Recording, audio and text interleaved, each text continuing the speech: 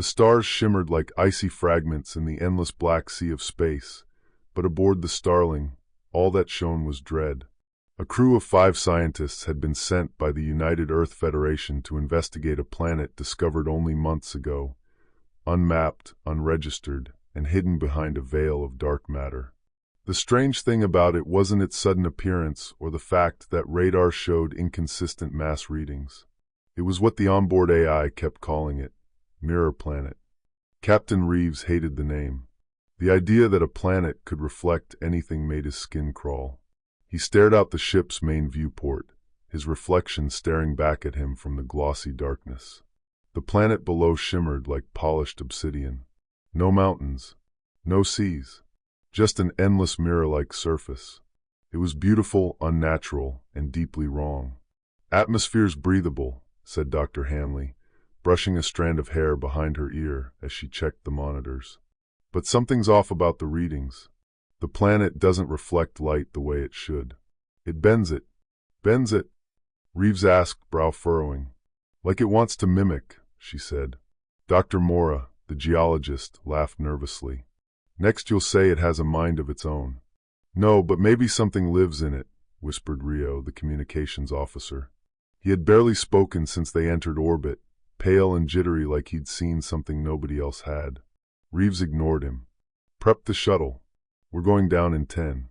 They descended through a sky that shimmered like water, the clouds below them forming twisted versions of clouds they'd passed earlier. Subtle differences, like a painting copied by an imperfect hand. The shuttle touched down on the surface with a hiss, the reflective ground undisturbed. When they exited, their boots made no sound, no indentation. It was like standing on a liquid that refused to ripple. Then the ground began to copy them. Not instantaneously. It started slow. Reeves looked down and saw his reflection staring back, except the reflection wasn't moving quite the same way. When he lifted his hand, the mirrored version lagged behind by half a second, then smiled wider than he did. "Too wide. Is anyone else seeing this?" he asked, his voice tight. Mora grunted, crouched nearby, inspecting the surface. "It's not a reflection, it's a mimic. This isn't light bouncing back. It's some kind of reactive material like intelligent fluid." "But then what are we looking at?" Hanley asked. "It looks like us, but—" "Wrong," Rio interrupted. "It's wrong. The eyes. Look at the eyes." They all stared into the mirrored versions of themselves. Each copy looked just slightly off. The expressions were forced. The movements exaggerated. Their mouths moved in delay, but their eyes, those weren't reflections. They were watching, judging, waiting. They set up a temporary research tent, though the idea of resting on that surface filled them all with quiet dread. Hanley began testing soil samples, or what passed for soil. Mora used her seismic equipment to send vibrations below the surface. And Rio? He sat in the corner, eyes fixed on his mirror self outside, lips moving silently as if in a conversation. That night, they took turns on watch. When Reeves awoke from his 2-hour nap, the tent was cold. The heating system had failed. But that wasn't what bothered him. Rio was missing. No one had seen him leave. His comms device was still on the table. They found him standing barefoot outside the tent, his reflection doing jumping jacks silently without pause. Rio's lips were trembling, eyes wide. "It spoke to me," he whispered. "It knows my name. It told me things about my childhood I never shared. It told me when I would die." Reeves tried to pull him back inside, but Rio screamed and fought like a man possessed. "You don't understand. That thing is me, and it wants to come out." They sedated him eventually, dragging him inside, though the reflection never stopped mimicking those jumping jacks, staring at the tent with dead, smiling eyes. Mora's equipment went haywire the next day.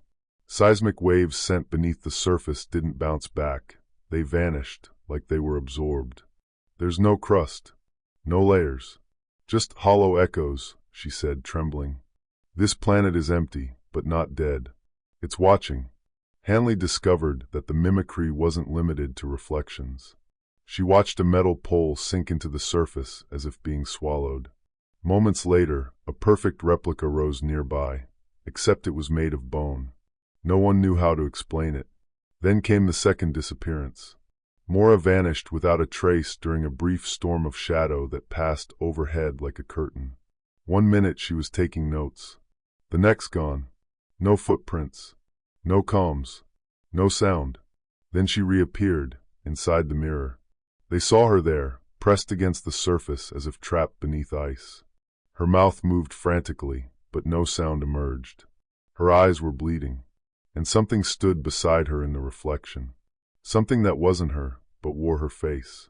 Reeves ordered an immediate evacuation, but the shuttle wouldn't start. Something's interfering with the power, Hanley said. It's like the ship itself is being rewritten. Look! Panels inside the shuttle started warping. Metal turned rubbery. Screws melted into teeth. Wires curled like veins. The ship was becoming organic. They returned to the tent to reassess, but Rio was missing again. This time, his comms recorded everything. It showed Rio stepping to the mirrored surface, talking softly. Then the mirror version stepped out. The moment it emerged, it smiled. Rio collapsed, convulsing. The creature bent over him and whispered something into his ear. Then it turned to the camera. It was still smiling. That night, Hanley said she heard Reeves calling her name outside the tent. But he was asleep beside her. She didn't answer. When morning came, she found claw marks on the tent wall and her name scratched into the ground backward. They tried again to fix the shuttle, but something was always changing. Controls reversed, panels moved, digital screens replaced with rippling black water. On the third night, Hanley vanished. Reeves heard her scream, but when he burst out of the tent, the only thing he saw was her reflection, looking bored and disinterested. Then her reflection looked directly at him.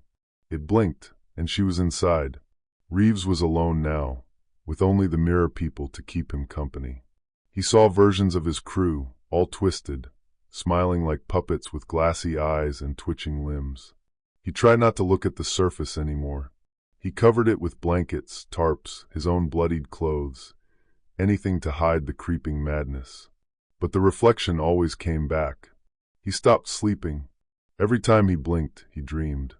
And in the dreams, the mirror planet showed him things, visions of alternate lives, versions of himself that murdered, that screamed, that never existed. It laughed at him, mimicking every regret, every sin.